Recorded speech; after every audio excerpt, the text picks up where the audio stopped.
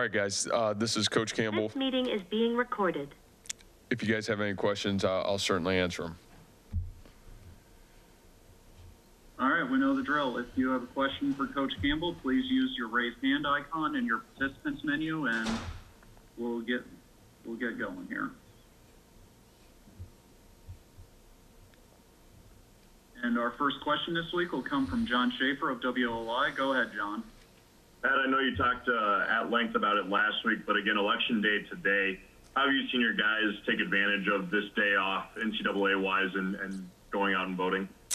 Yeah, you know, John, I think the positive is there was a good portion of our guys that were able to really get their voting done even prior to today. And, you know, I certainly appreciate what the NCAA is doing in this matter. And, you know, I think even just from our kids' standpoint and our program standpoint, to bring awareness to, you know, the opportunity to go out and vote and the opportunity to use your privileges to do those things, and just another communication standpoint from our end, I think it's been certainly a positive. So, you know, I think our kids, those that had the opportunity to go out and vote today, are doing it, but a good portion of our guys have already been able to get their votes accounted for. So I'm really proud of our kids, and really proud of our kids wanting to and being a part of this process. And what kind of wrinkles does that create in your practice week, not having them be able to participate in team activities today? Yeah, you know, I don't think much. You know, we just kind of flipped what our Monday and Tuesday looks like. Monday is our off day. And, you know, I think just the ability to flip it, have the ability to adapt to it, and, you know, probably in a lot of ways it's a huge benefit for us this time of year where, you know, we're kind of in the grind of the season, and sometimes having a little bit of, you know, newness to the week can be a huge positive. So I think we saw it as a positive, took it as a huge positive, and, you know, we'll be back on the practice field tomorrow ready to go. Thank you. Yep, thank you.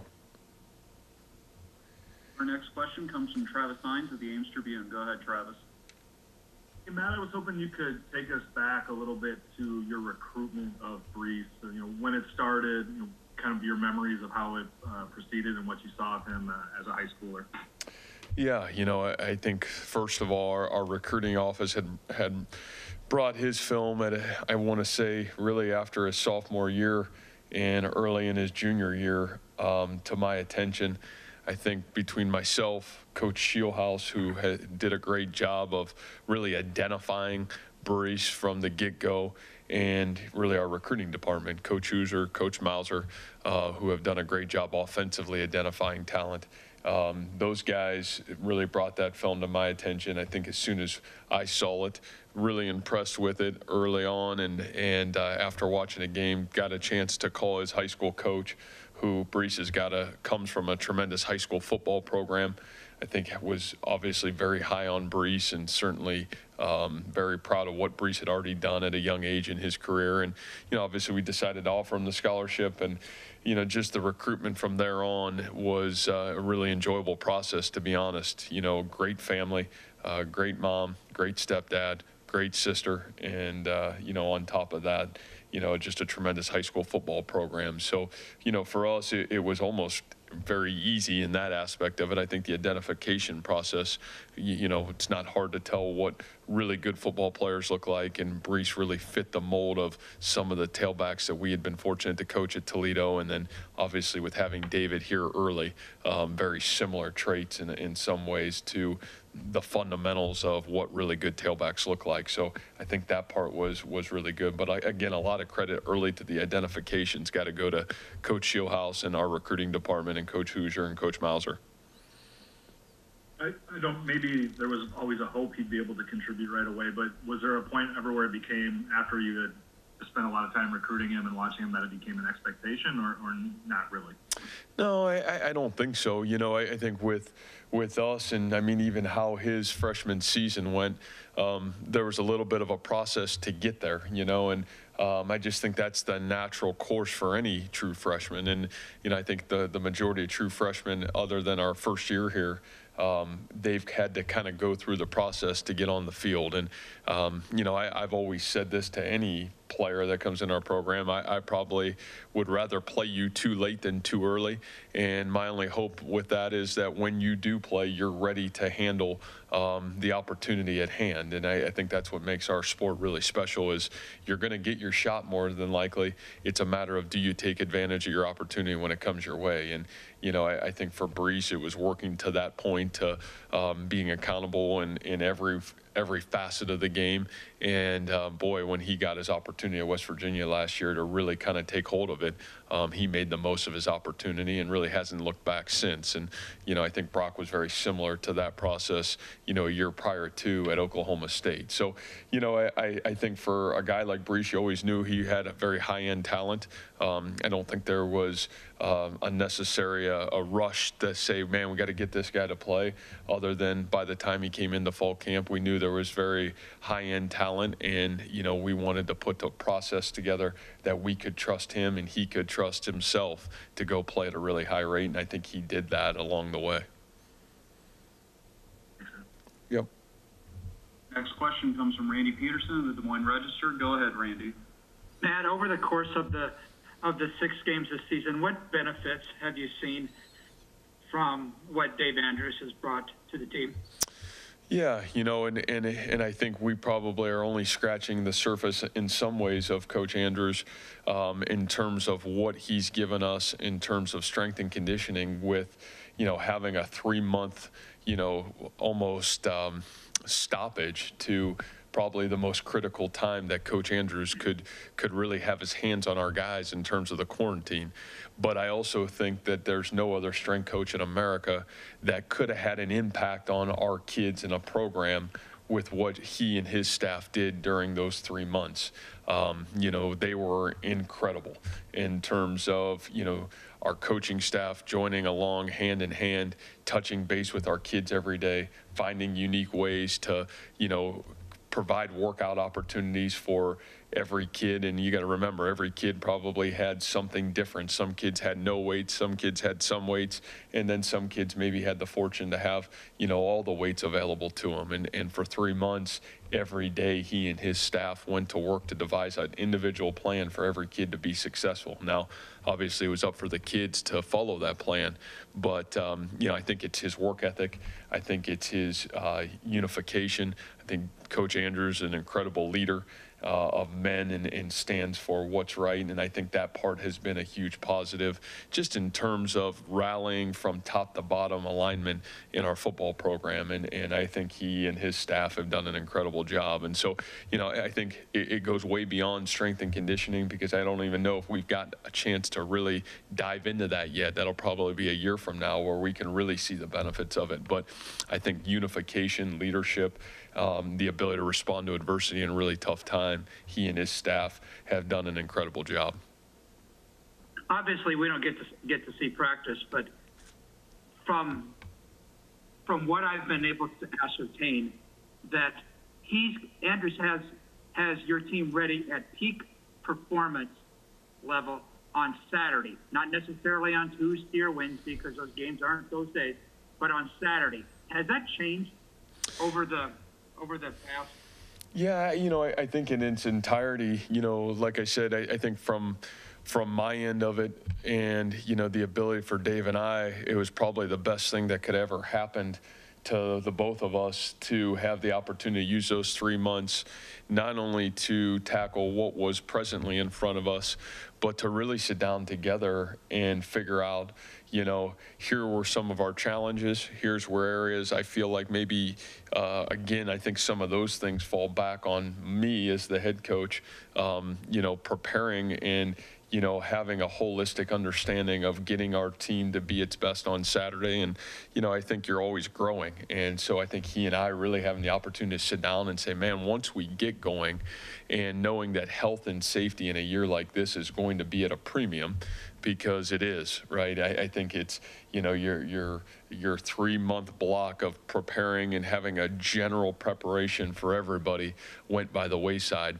Man, how can we together devise a plan that's going to allow our kids to be our best on Saturday? And I think it certainly has changed, you know, certainly my philosophy on, you know, what and how we get to Saturday. You know, I think that part has been really positive, and honestly, without Coach Andrews, his leadership, you know, Greg Pazinski has done a phenomenal job, Freddie Walker, those guys have been equal parts in terms of, man, let's sit in a room, let's come together with a plan of attack on how to do this thing the right way, and, you know, making sure that health and safety is the number one standpoint of our kids, and I think that allows us to be ready.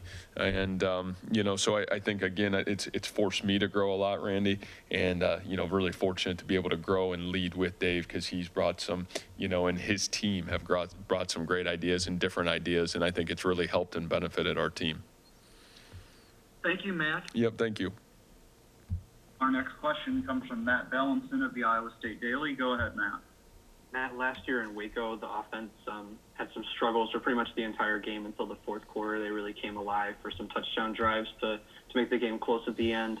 And obviously Baylor, you know, the wins aren't there for them right now this season, but their defense is ranking pretty high in the Big 12 in terms of points allowed.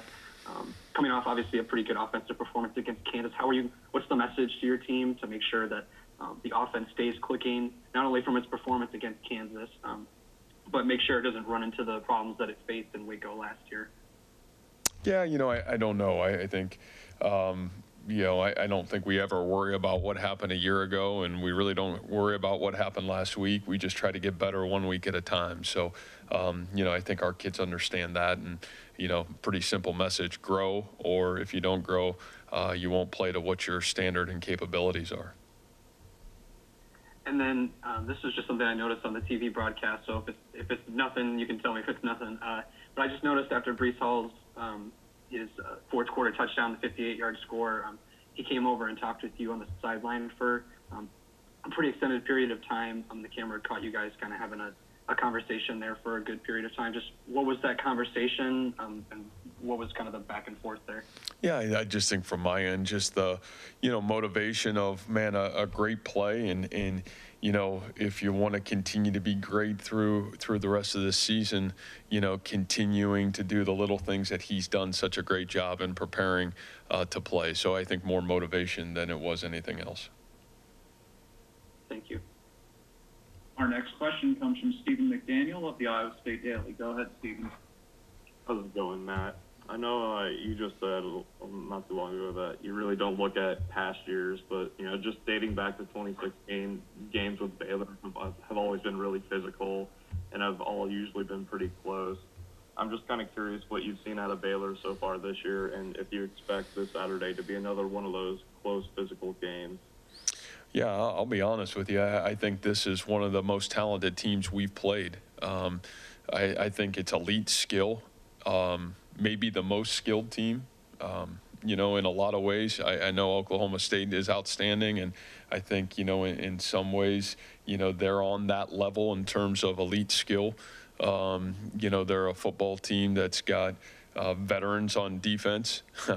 They're a group that's got elite playmakers on offense, and a group that's got a championship level quarterback. So when I look at Baylor, I look at a championship team, and so I think we'll get their best shot. We know that, and you know, I think it's going to be a great challenge for our football program come Saturday. And then it's no secret Bryce Hall is having a phenomenal year right now. I'm just kind of curious. I know there's still plenty of time left in this season, but would you see Bryce Hall as a potential Heisman candidate right now? Yeah, you know, you're probably asking the wrong guy. Just in terms of, you know, even having an awareness and understanding of what that means. Other than, do I think Bryce is an elite football player? I do. And do I think he continues to grow and get better? I do. I know those things are all dictated by people that have a greater understanding than I do of how that all works and what that looks like. But I can say this about Bryce Hall: there's nobody else I'd rather play with than Bryce, and he has been outstanding for our football team and our program. All right, thank you. Mm-hmm. Next question comes from Ben Visser of the Cedar Rapids Gazette. Go ahead, Ben. Hey, Coach. After the game against Kansas, I was listening to the Cyclone Radio Network, and you were talking with Eric Haft, and he was, or you said that your team was able to fight. You guys know how to fight, but you haven't developed that killer instinct yet. how do you develop a killer instinct? Yeah, you know, I think at a program like this, that's hard because I think the foundation for a long time has been on the other side of that. And so it's changing the mentality every day of what that looks like and feels like. And so, you know, you can't go back and say, hey, this is how we did it then. It's got to be internal. It's got to be purposeful action every day, and that purposeful action's got to lead into every moment of every game and every opportunity. And so I think we're growing in that mentality, and we'll see if we can obtain it by the end of this football season. But you know, we're fortunate to have some really good leadership internally that I think has some of those traits, and we'll just see if that's something that can grow from this season.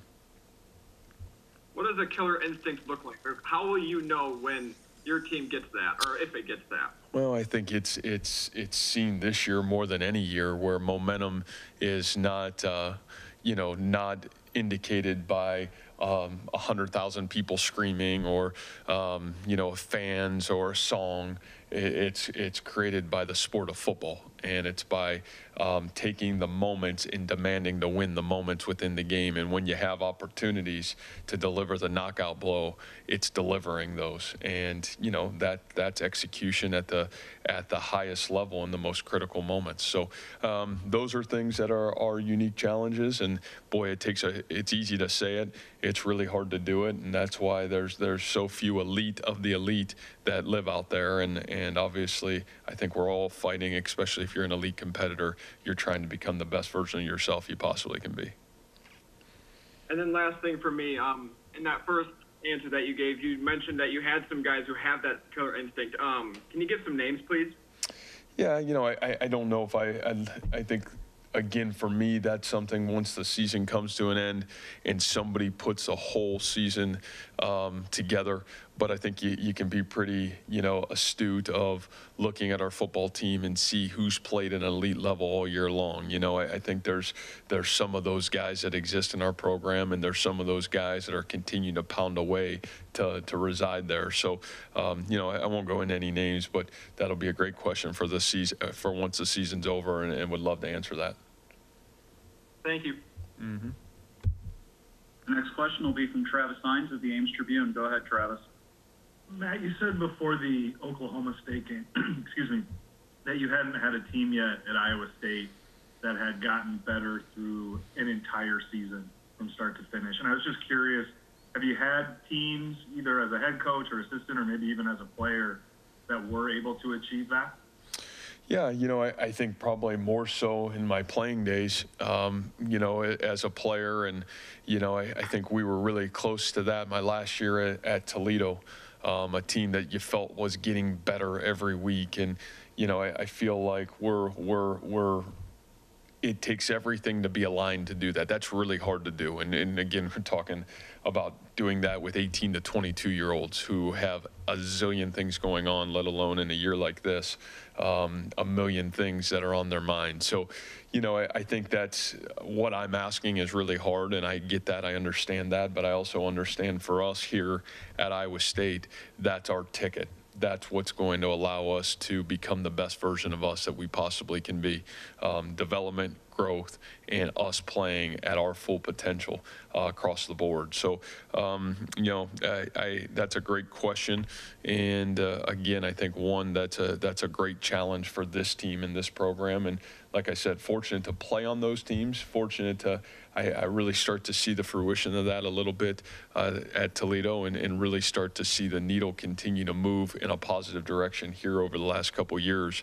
But, you know, seeing a team right now that certainly has worked really hard to become a team that has that kind of ability here down the stretch run.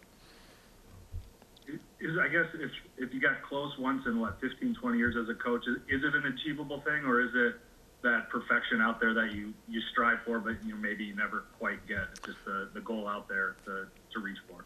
Well, I think there's a lot of teams you see it, so I think it's certainly achievable. You know, I think that there's a lot of teams that you see in programs, and I guess a lot is the wrong word. I think there's really special teams and special programs that have the ability to consistently do that. And I think it takes time. I think it takes tradition. I think it takes leadership. I think it takes all those things to continue to hold a standard of excellence through the entirety of a season. But yeah, I do. I think it's achievable, and obviously something that we won't quit working towards, within our football program. Thanks. Yep, thank you. Our next question comes from John Schaefer of WOY. Go ahead, John. Matt, with the layout of the bye weeks in Big 12 schedule this year for you, how has that allowed you to maybe compartmentalize this season a bit more than years past?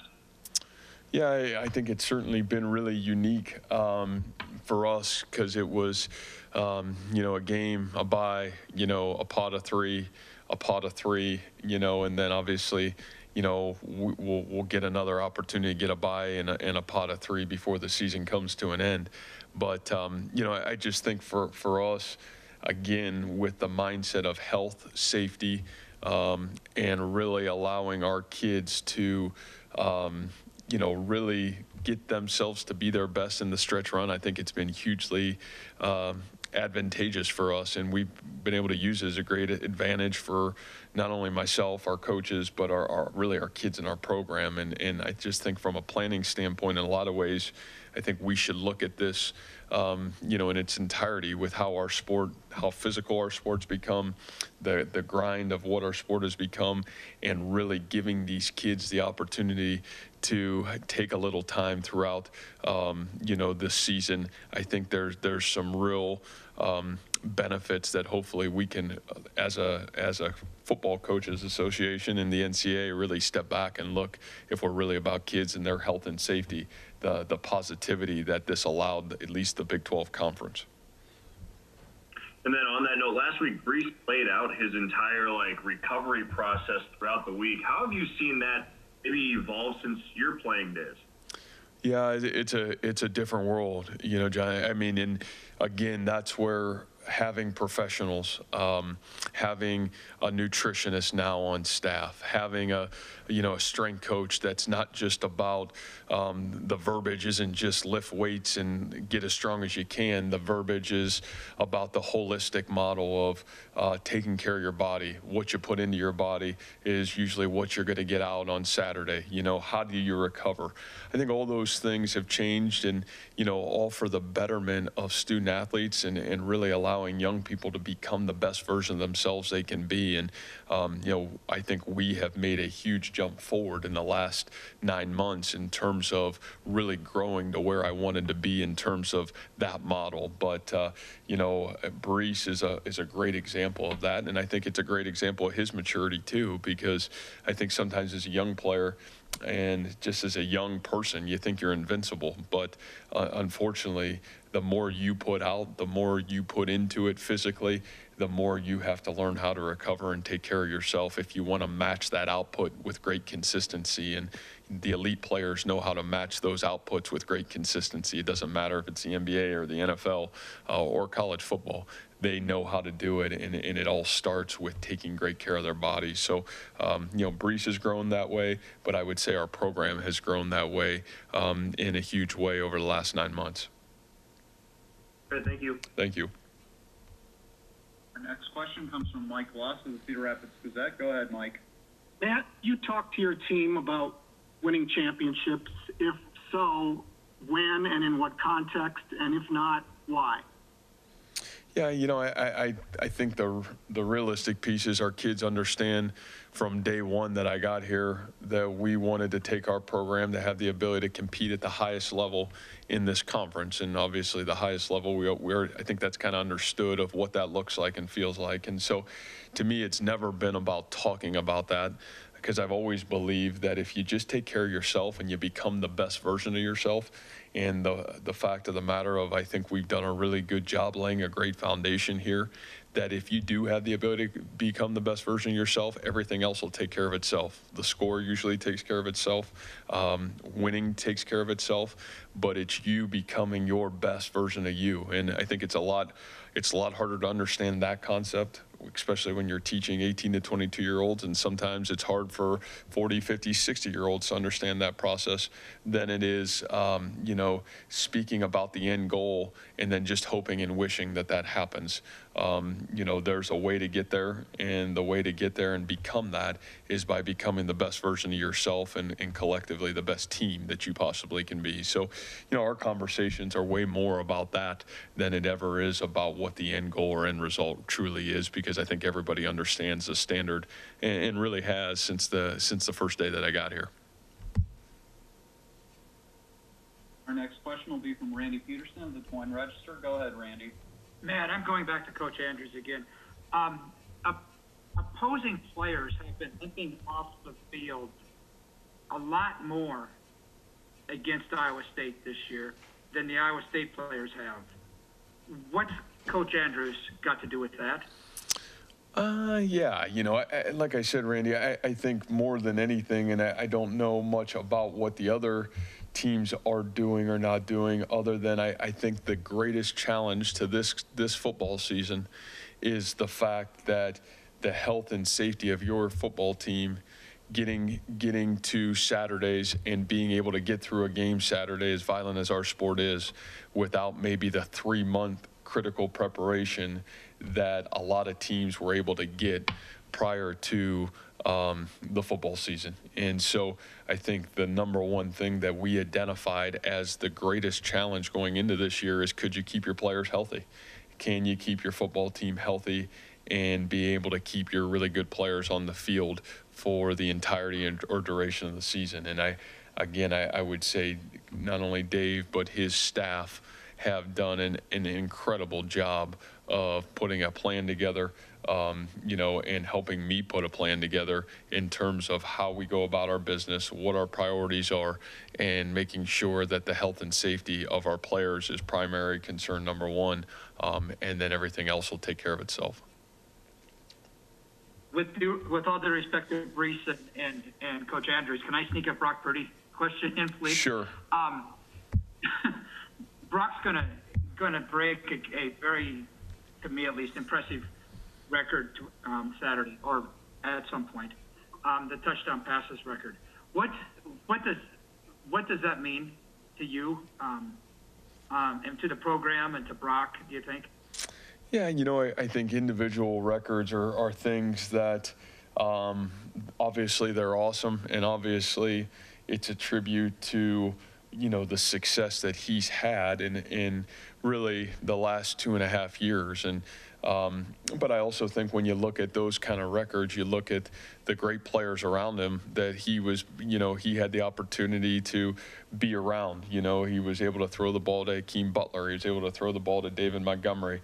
You know, you know, Petway, you know, Kolar, and, you know, the tight ends. And so, you know, I think that's what I love about Brock so much is, you know, those are great things, and those are things that he'll appreciate when he's older and leaves our football program. But I love the humility and character that I think he would answer that question with is, boy, what a great team accomplishment. And I think it just says that we are continuing to grow at a fast rate in our football program. And obviously his performance has been a huge part of that, and the performance of his teammates have been a huge part of that. All right, thanks, Matt. See you Saturday. Yep, thank you.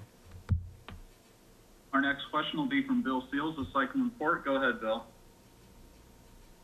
Hey, Matt, the Kansas game was the first time really all season that you've been able to substitute at pretty much all the positions there at the very end. Can you talk a little bit about maybe what you saw from some of the top players that got into the game, and just maybe how the future looks for those guys when they do get their opportunities?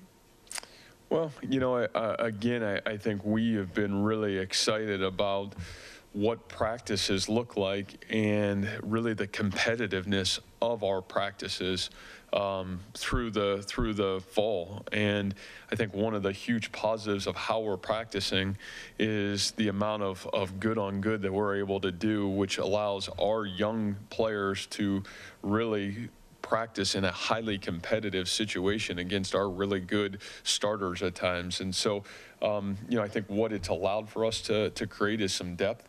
And I think also what it's allowed us to create is some excitement for the future of our football team. And, you were able to get a little peek of that on Saturday, which was positive, because not only did those guys get into the game, but those guys got into the game and on both sides of the ball, offensively and defensively, had the ability to execute at what I thought was a really high level and, make some impressive plays. So, I think for me, those young guys continue to come on.